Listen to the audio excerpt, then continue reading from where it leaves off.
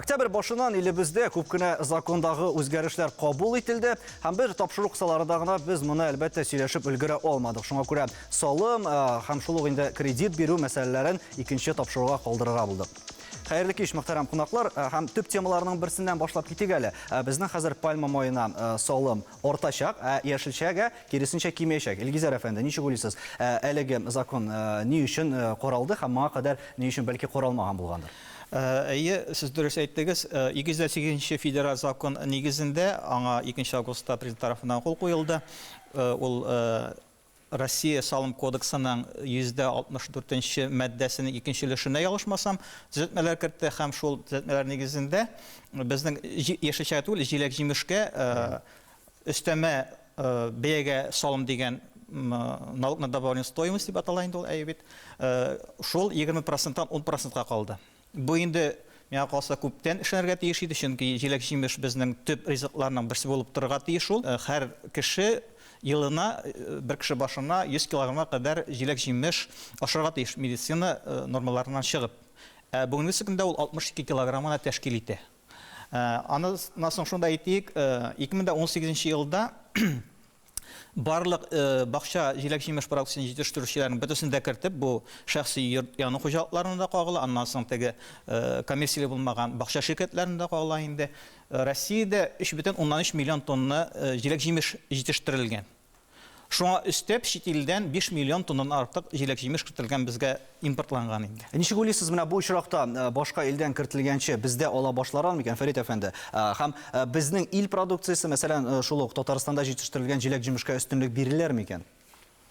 Мин әйтмәс идем биреләр диде. Чөнки шәһәрләрдә, зур шәһәрләрдә күбрәк чит илдән кертәләр. Безнең үзебездә җитештергән булса да, карасак базар кырыйларында әби апалар кырыйда сатып утыралар. Базарның ортасында безнең чит илдән кертелгән җиләк-җимеш.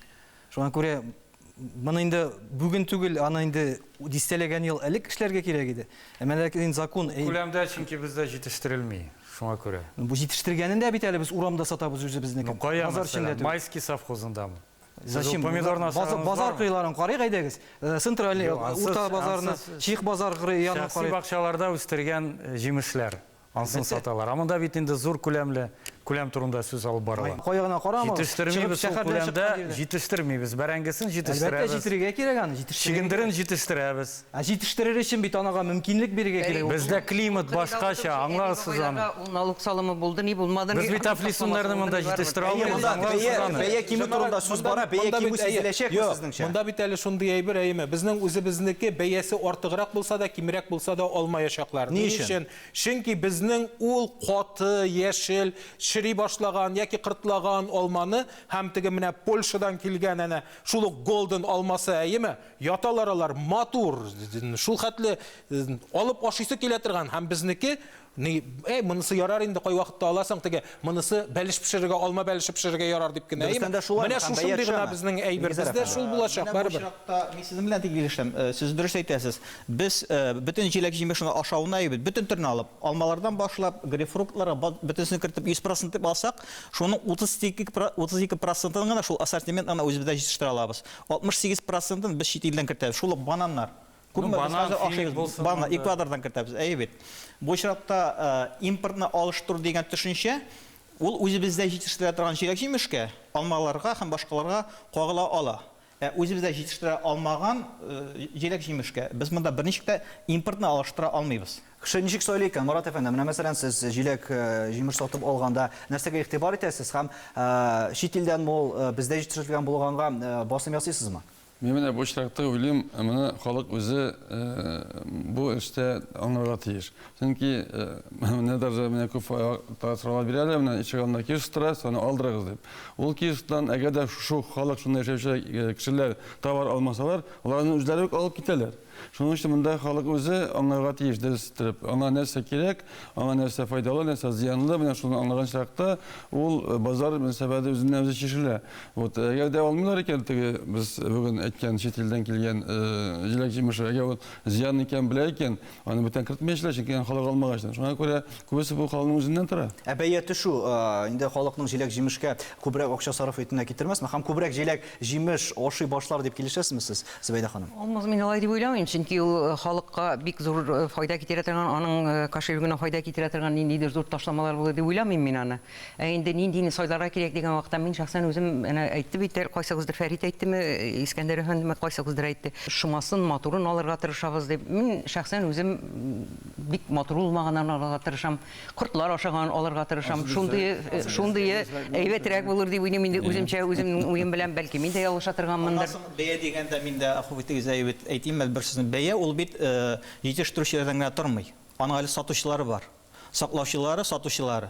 Менә сатучылар безнең күбрәк инде ире шелтәрле монополистлар дип әйтгәндә, ритейлерлар дип әйтәләр. Әйбәт. Мин әйткән бер тапшыруда алманың җитештерү үз кыйммәте 2018 елда 31 сум булган.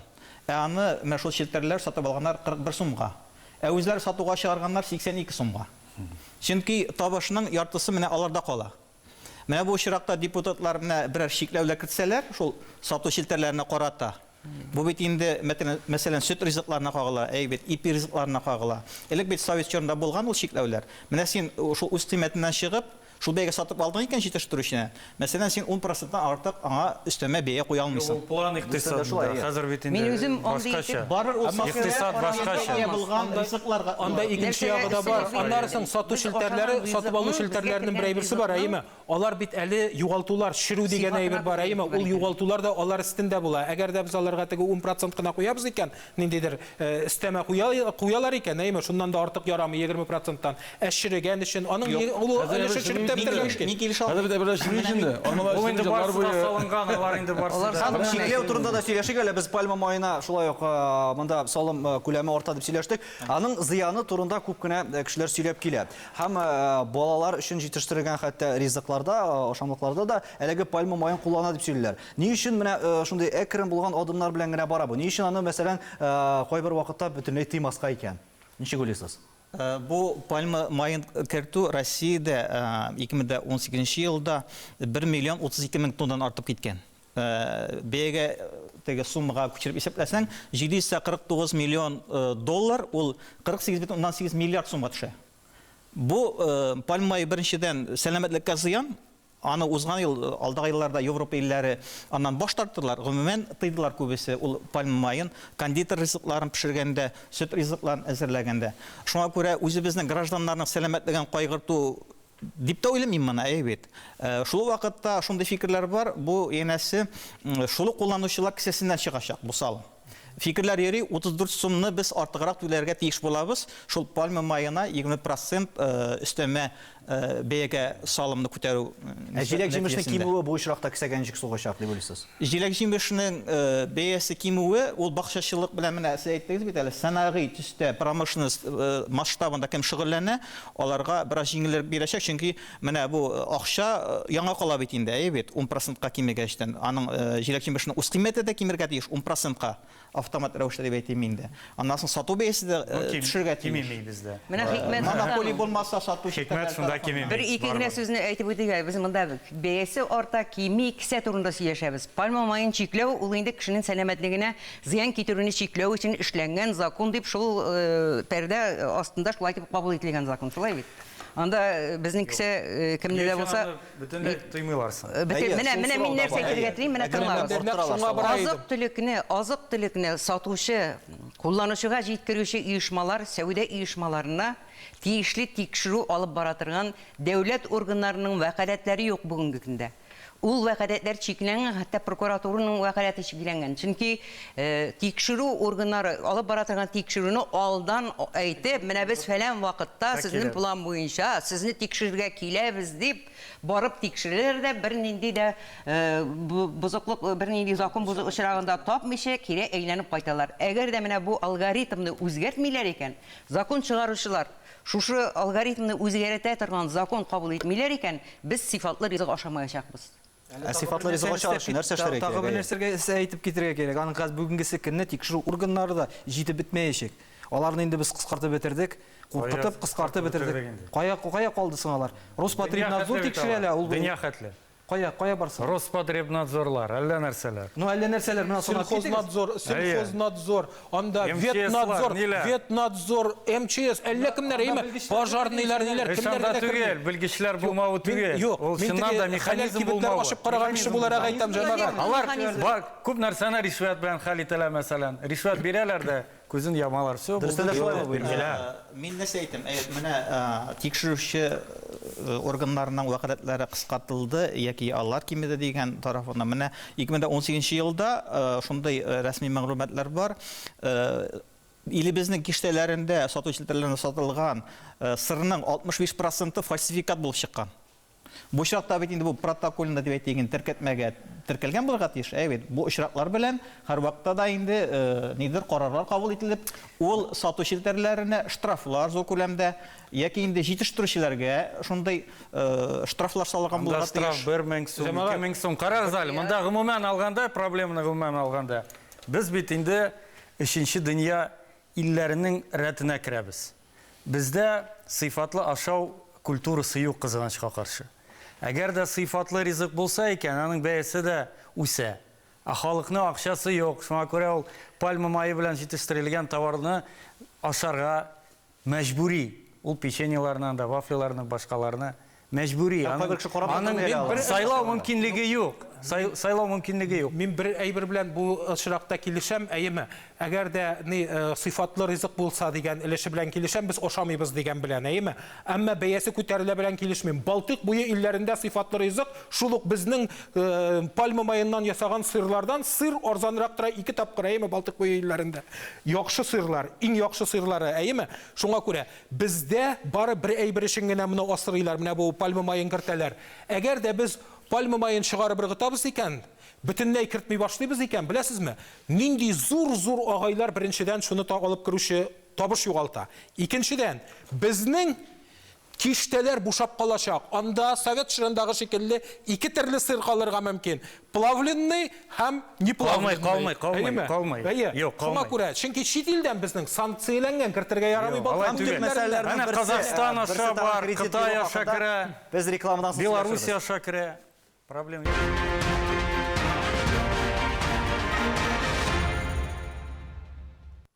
Татарстан Яңа Гасыр телеканалында таяну нуктасы тапшыруы һәм без закондагы үзгәрешләрнең төп бер тагын резонанс тудырган халык арасында борчый торган тагын бер юнәлешенә, ул да булса кредит мәсьәләсендә үзгәрешләргә килеп җиттек. Хәзер кредит бирү кыенлашты.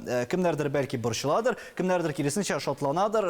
Әгәр дә инде мәсәлән хәзер шикләүләр кертсәләр, бурычларым кимрәк булыр иде һәм кирәкмәгән кредитлар алмамы дип. Менә сез әлеге мәсьәләгә ничек карыйсыз? Мин сөендем. Юк, ул микрофинанс турында сүз барамы? Юк, бөтен кредит турында юк. Мәсәлән, инде кредит турында сүз бара. Мин сөендем. Юк, төрле кредитлар турында сүз бара. Бу шулай Искәндәр әфәнде аңлатып китик әле тамашачыларга, нәрсә турында сүз бара. Менә әгәр дә минем кредитларым бар икән, әйеме, һәм минем айлык керемем шуның яртысыннан артыгын капларга җитми икән, әйеме, теге 2 тапкыр артык булмый икән шуның яртысыннан каплау. Шул очракта миңа кредит бирелми. Миңа бары тик шул күләмдә генә бирелә кредит. Әгәр дә мин 100 мең хезмәт хакы алам икән, 50 меңнән дә айлык түләмем артык булырга тиеш түгел минем. Димәк, ялган справка күрсәтергә мөмкин. Менә монысы икенче әйбер. Юк, шулай эшләнә дә. Без кызыгабыз бит, беләсезме? Ялган справка бирүме? Бетмәде менә кичә генә мин әле кайттым. Җавалудан. Sanki her tekşerler pensiyonu fontan, зарплатаны. Төзәтмә кертеп үтерә кирәктер дип уйлыйм. Әйбәт, предельная долговая нагрузка дип аталган урысча, әйбәт. Бурыч йөкләмәсенә күрсәткеч. Чикләмәләр, чикләмәләр. Чикләмә дип аталган. Бурыч чикләмәләре дип алган. Бурыч чикләмәләр, бурыч йөкләмәсе күрсәткече дип аталган. Менә шуны керттеләр, банклар сораганнар иде. Сез дөрес әйтәсез, менә автокредитлар буенча, әйбәт. Аннан соң менә Point of Sales дигән пост кредитлар бар. Ул теге көндәлек кулланышта булган җиһазларга, көнкүреш товарларына кредитлар буенча алабыз бит әле, холодильникларны, суыткычларны, бытовой техник дип әйтәбез. Әйбәт, шуларга кредитлар буенча алабыз. Менә шул кредитларны аларга кертмәүне менә бу күрсәткечне, аннан соң инде теге ничек дип әйтим, гомумән 100 меңнән кадәр булган кредитлар кертмәскә сораганнар иде. Күп микрофинанс оешмалары, банк учреждениялары, әмма үзәк банк бу тәкъдимне кире какты. Чөнки менә бу залогсыз кредит атала инде ул шушы секторда гомуми бурычның күләме 23,18%-ка җиткән. Менә 1 сентябрь 2010 елга.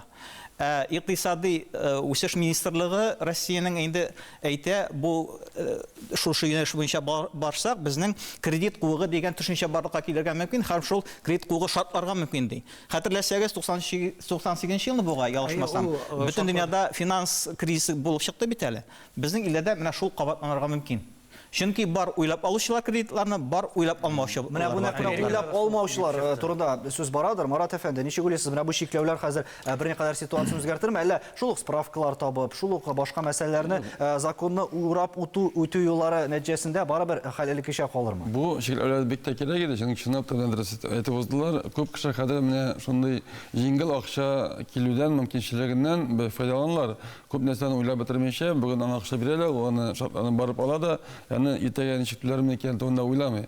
Шуңа күрә мондый хәзер теге банк клиентлары күбәйде. Монда әйтергә кирәк, банклар үзләре дә ялгышлык җибәрделәр башта, чөнки алар уйладылар күбрәк кредитны таратып, аннан күбрәк акча эшләйбез дип. Монда киресенчә килеп чыкты, халык ул акчаны түли алмый. Шуңа күрә беренчедән банкның үзләреннән тора, менә әйтәсез бит ялган справка дип. Анда банкта вас турбы запас, уларны тикшерергә тиеш.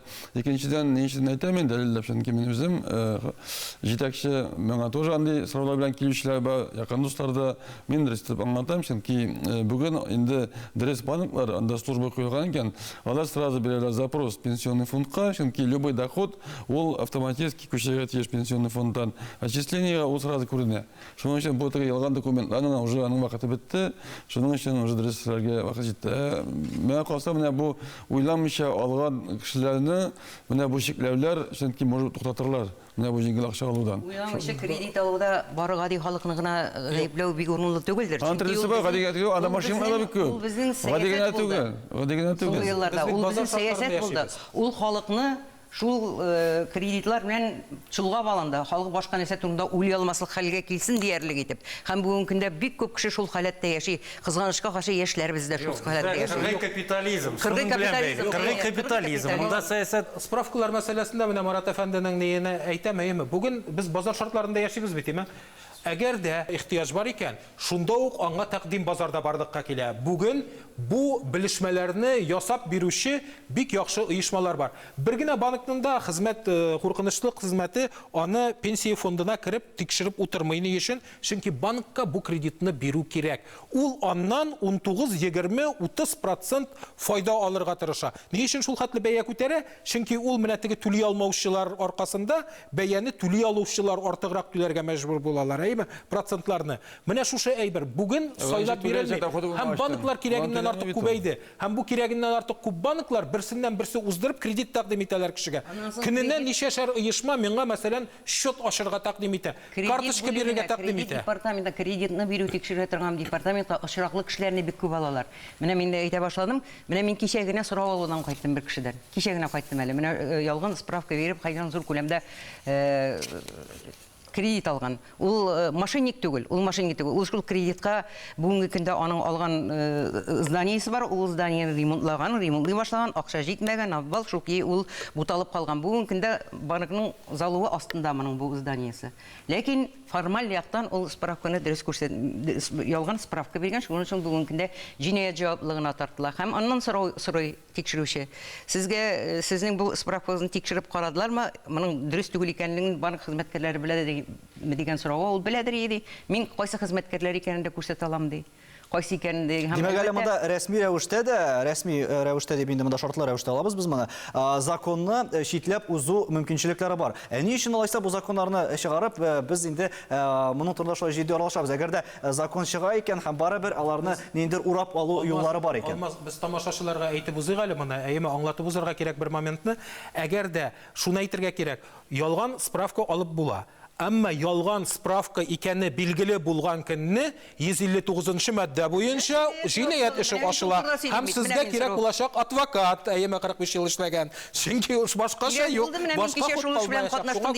Ялган белешмәләр белән мавыкмаска кирәк икәнен әйтеп калдырырга кирәк. Чөнки димәк, җаваплылык барыбер булачак. Афәндис, килешәсезме әлеге законнарны барыбер тулаем үтәп бетермәячәкләренә? Килешәм, чөнки бездә илдә һәрбер канунга ни юк. Хөрмәт тә юк, аннарсын башкача карыйлар. Мәсәлән, бездә руста шундай әйтем бар. Закон как дышал, куда повернешь, туда и вышел, дип әйтәләр. Шулай бит инде. Аны булай да бурып була, тегеләй дә бурып була. Чыннан да, әгәр дә, мәсәлән, ялган справканы алырга мөмкинлеген юк икән, син турыдан-туры ул банк хезмәткәре белән сөйләшә аласың, мәсәлән, аның белән теге сговорга кереп. Шуңа күрә бездә механизмнар бик күп. Остап Бендер әйтмешли, 300-400 нине белә, ысулны белә. Сравнительно честные отъемы денег. Игезер әфәнде, икътисадчы буларак та сез аңлатып китсәгез иде, менә бу мәсьәләләр хакында һәм ниндирәк урап алу юлларына каршы көрәш алымнары булырга мөмкин. Бу инде әлбәттә кешенең үзеннән тора бит, физик затлардан, юридик затлардан. Әгәр дә син инде шул законны әйләнеп үтән дисең икән, шул вакытта җинаять икән дә беләсең икән, шулга барасың икән, син үзең теләп барасың дигән сүз. Әйбәт, үзеңне дә алдыйсың, башканы да алдыйсың. Бу чиракта инде җәмгыять менә шундый кануннарны кабул итеп, гади кешеләрне кисәтмәкче була. Менә шушындый кредитлар белән мавыкмагыз, чөнки ул кредитларны кайтарасы була, аның процентлары үсәргә мөмкин. Һәм сез шул кредитларны бу банктан, 10 банктан алып, сезнең хезмәт хакыгыздагын, сезнең кремегездә җитмәскә мөмкин. Аның өчен кем түләячәк? Яки поручитель түли, яки әти-әнисе түли, яки гомер буе әти-әнисе пенсияга чыккач тындаган, аның өчен кредит түләп ята. Менә бу бит инде дөрес нәрсә түгел. Анарсын монда коммерция банкларны яманмы дип әйтеп куябыз без. Имә бу законның яхшы ягы бармы, яман ягы бармы дип. Менә халыкның шуны белеп калуы кирәк. Бүгенге көндә без сөйләшәбез, яхшы ягын әйтәбез, сәбәпләрен күрсәтәбез, шартларын күрсәтәбез, тәнкыйтьлибез, шулай бит. Ләкин инде бүгенге көндә үз көченә кергән икән закон. Инде син ул яхшымы ул, яманмы ул, син аны үтәргә тиеш. Һәм ул кутылгысыз. Банклар белән эш иткәндә, мин һәр вакыт әйтәм, миңа килгән кредитларга да, банклар белән эш итү шундый әйбер, кредит алгансыз икән, ул үлем белә бер, ул кутылгысыз әйбер дип. Менә моны халык аңларга тиеш. Һәм вак шрифтын игътибар белән укырга тиештер. Фәрит әфәнде, ничек уйлыйсыз, менә бу законнар тулган алганда ничек үзгәртәчәк безнең халыктагы яшәүне? Әлбәттә, булар барысы да кирәкле законнар. Әмма дә ләкин алар эшләргә тиеш. Һәм алар халыкка файда ягына килергә тиеш. Тагын бер ягын әйтеп үтәсем килә, законнар төгәл эшләнеп бетмәгән. Җитешсезлекләр күп. Ничек төзәтергә аларны? Нәрсә эшләргә була һәм кем моның белән шөгыльләнергә тиеш? Җитәкчеләрме? Әлбәттә. Монда депутатлар да, халык та эксперт җәмгыяте булырга тиеш. Алдан ул кануннарны эксперт не аша чыгарга тиеш. Бездә кануннарны кабул итәләр дә шундый. Булмыйдан, язып булмый. Ул бит инде ул менә теге уртача алына. Менә без менә монда 6 кеше, 6 бездә 6 фикер. 6 кеше бер мәсьәләдә 6 закон язып булмый бит инде аны. Шуңа күрә закон язылган, закон бар. Дөрес әйтеп узылды бит. Аны просто үтәргә генә кирәк. Менә карагыз, менә гана эзлибез закон чыккачтан, ничек гана әйләнеп узып була. Зөбәйдә ханым, әлеге законларның үтәлүендә нәрсә таян ноктасы булырга тиеш?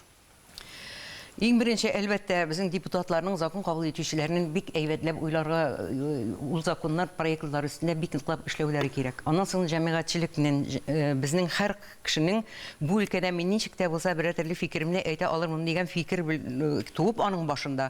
Ул мөрәҗәгать итәргә тиеш. Әгәр дә нинди дә булса шундый зур пробеллар күрә икән инде законда, мөрәҗәгать итәргә тиеш. Андый җәмәгать урыннары җитәрлек, палаталар бар, җәмәгать палаталары, аларга мөрәҗәгать итәргә мөмкин. Хукук саклау органнарына мөрәҗәгать итәргә мөмкин. Алар шундый ук инициативалары бар, аларның мөрәҗәгать итәргә, законнарны камилләштерүне сорап.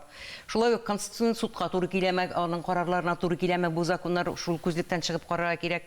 Ләкин шуңа күрә законнар әйтеп узганыбызча барысы да бик камил түгел. Камил булып бетә дә алмыйдыр инде. Марат әфәнде, килешәсезме? Законнарны камилләштерү кирәкме, яки алар камилме сезнеңчә? Ну, бу һәр законның үзенең индивидуаль карарга кирәк. Чөнки тагын бер кат әйтәм, ул һәр бер кешегә туры китерерлек закон чыгарып булмый бит инде Россия күләмендә.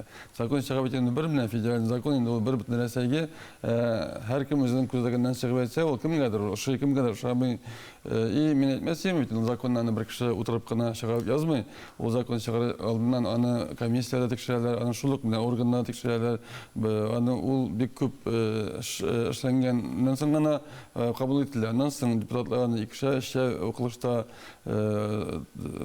яхшылап караганнан соң шулык менә күп кайбер очракта халыкны тоже кушалар, чтобы карарга. Шуңа күрә мен әйтмәсем, ул теге бер кичтә генә язылып чыгарылган законнар. Ничек кенә булмасын, әлеге законнар безнең халыкның тормышын яхшыртсын иде дигән теләктә сау булашабыз. Исәнлектә күрешергә язсын.